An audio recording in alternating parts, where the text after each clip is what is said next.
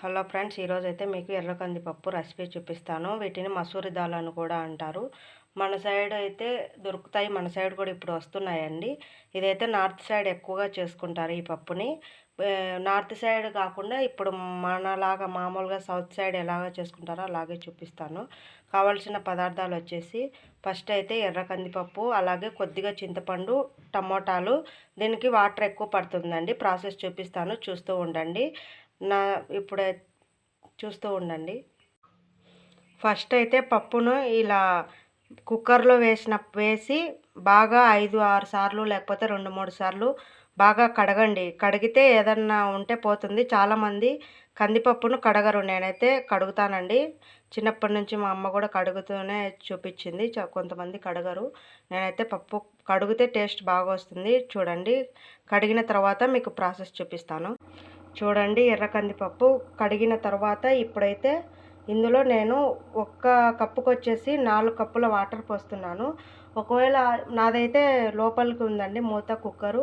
ఒకవేళ మీకు పై మూత అయితే కనుక మీరు మామూలుగా 2 పోస్తారు కదండి, 2 కప్పులు. లేదండి, ఒకటి ఎక్కువగానే పోసుకోవాలి, అప్పుడు బాగా వస్తుంది. నేనైతే 4 కప్స్ వాటర్ యాడ్ చేస్తున్నాను. చూడండి, ఇలా యాడ్ చేసుకొని ఇప్పుడైతే ఇందులో ముందుగా మనం చూపించినట్టు టమోటాలు అలాగే చింతపండు వేయాలండి. చూడండి, చింతపండు అలాగే టమోటా పళ్ళు కట్ చేసి వేసుకోండి. చూడండి, కట్ చేసిన టమోటా పళ్ళు వేసానండి. నేనైతే 4 తీసుకున్నాను.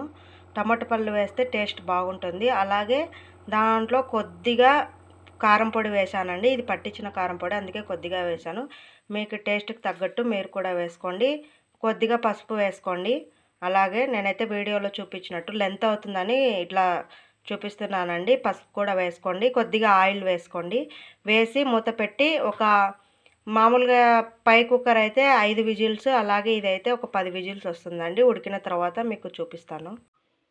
చూడండి, ఇప్పుడైతే పప్పు తయారైంది, ఉడికింది. ఇప్పుడైతే దీనిని పప్పు గుత్తి తీసుకొని బాగా ఎనుపుకోండి మెత్తగా. కావాలంటే కొద్దిగా చిక్కగా ఉందంటే కొంచెం వాటర్ వేసుకోండి. నేనైతే వాటర్ వేయట్లేదు, ఇలాగే చిక్కగానే చేస్తున్నాను. ఇప్పుడు తాలింపు వేసుకుంటాం కదండి. తాలింపుకు కావాల్సిన పదార్థాలు వచ్చేసి చూడండి, జీలకర్ర, అలాగే పచ్చిశనగపప్పు, అలాగే ఒట్టిమిరపకాయలు, వెల్లుల్లి. నేనైతే ఉల్లిగడ్డలు వేయనండి. ఉల్లిగడ్డలు వేస్తే తీపిగా ఉంటుంది పప్పు, నాకు నచ్చదు.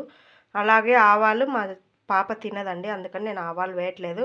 ఆప్షనల్ అండి, మీకు దగ్గర ఉంటే వేసుకోండి. కరివేపాకు, కొత్తిమీర కూడా ఉంటే వేసుకోండి. ఓకేనా?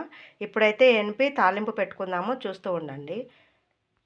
చూడండి, ఇప్పుడైతే నేను స్టవ్ వెలిగించి స్టవ్ మీద గిన్నె పెట్టి గిన్నెలో ఆయిల్ వేసానండి. నేనైతే ఆయిల్ కొద్దిగా తీసుకున్నాను. ఇది ఆవాల నూనె అండి. మీ దగ్గర ఉంటే మీరు రిఫైండ్ వేసుకోండి. ఆవాల నూనె కొద్దిగా అయినా సరిపోతుంది.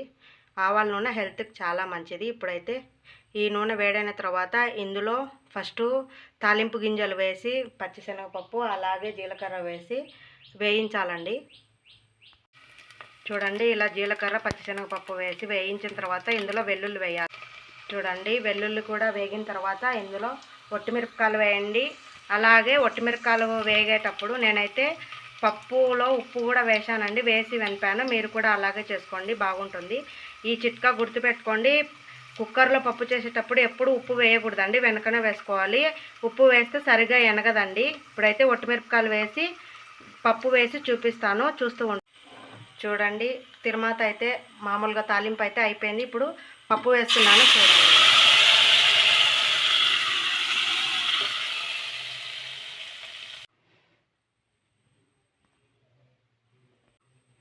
చూడండి, పప్పు అయితే తయారైపోయింది.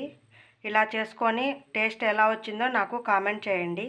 ప్లీజ్ సపోర్ట్ చేయండి, అలాగే సబ్స్క్రైబ్ కూడా చేయండి. నేను చెప్పిన చిట్కాలతో ట్రై చేసి అలాగే పప్పు నచ్చితే కనుక నాకు ఒక లైక్ చేయండి. నేనైతే ఇప్పుడే ఛానల్ని స్టార్ట్ చేశాను. ప్లీజ్ సపోర్ట్ చేయండి, ప్లీజ్ ప్లీజ్ ప్లీజ్ ప్లీజ్.